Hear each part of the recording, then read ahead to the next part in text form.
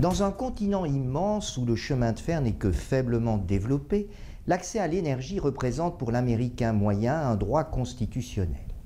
Il n'est donc pas surprenant que le pays de l'oncle Sam ait depuis toujours entretenu des relations incestueuses avec les hydrocarbures et plus particulièrement avec le pétrole. Après avoir dépassé leur pic pétrolier en 1970, les Américains entrèrent dans une ère de dépendance de plus en plus marquée. Dans les faits, elle s'est traduite par des importations croissantes de pétrole en provenance du Moyen-Orient. Aussi, le contrôle des ressources pétrolières du Moyen-Orient est-il devenu au fil du temps pour les États-Unis une obsession stratégique.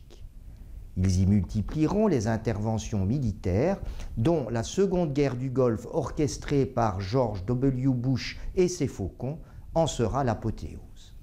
On sait aujourd'hui qu'elle résulte d'une des plus funestes manipulations de l'histoire.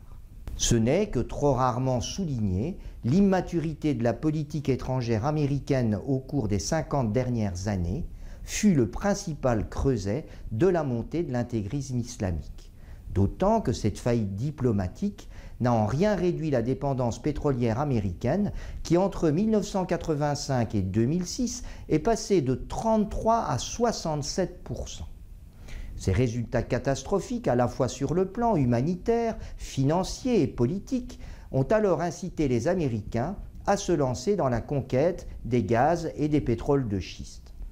Une révolution menée à un rythme record grâce à des conditions économiques et un contexte légal favorable. Aussi, contre toute attente, les États-Unis ont réussi une transition énergétique remarquable. Ils ont réduit de moitié leur dépendance pétrolière et augmenté de 40% leur production gazière. Ils sont devenus exportateurs de gaz naturel liquéfié vers les marchés asiatiques et européens. Grâce à un gaz bon marché, les États-Unis sont redevenus une terre de compétitivité et de croissance et ont créé près de 2 millions d'emplois. Et, cerise sur le gâteau, en déplaçant leur génération électrique du charbon vers le gaz, ils ont réduit de près de 15% leurs émissions de gaz à effet de serre. Un presque sans faute pour le pays de l'oncle Sam, qui durant la même période a mis en œuvre 120 gigawatts de renouvelables. Pourtant, le mix énergétique primaire américain contient toujours aujourd'hui 86% d'énergie fossile. Pour satisfaire l'objectif 2 degrés en 2050, il devrait être ramené à 52%. Le chemin vertueux tracé par l'administration Obama a malheureusement été mis à mal par Donald Trump dès son entrée à la Maison-Blanche. En climato-sceptique populiste assumé, il privilégie clairement les piliers sécurité énergétique et compétitivité des entreprises aux dépens du pilier climat. Pour le nouveau président américain qui a renié les engagements de son prédécesseur, les intérêts américains à court terme l'emportent largement sur le futur climatique de la planète.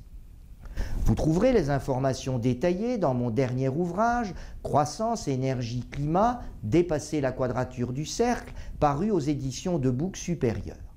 Il est disponible en librairie et sur le net. Je vous donne rendez-vous lundi prochain pour un nouvel épisode. Nous y parlerons de la transition énergétique en Chine.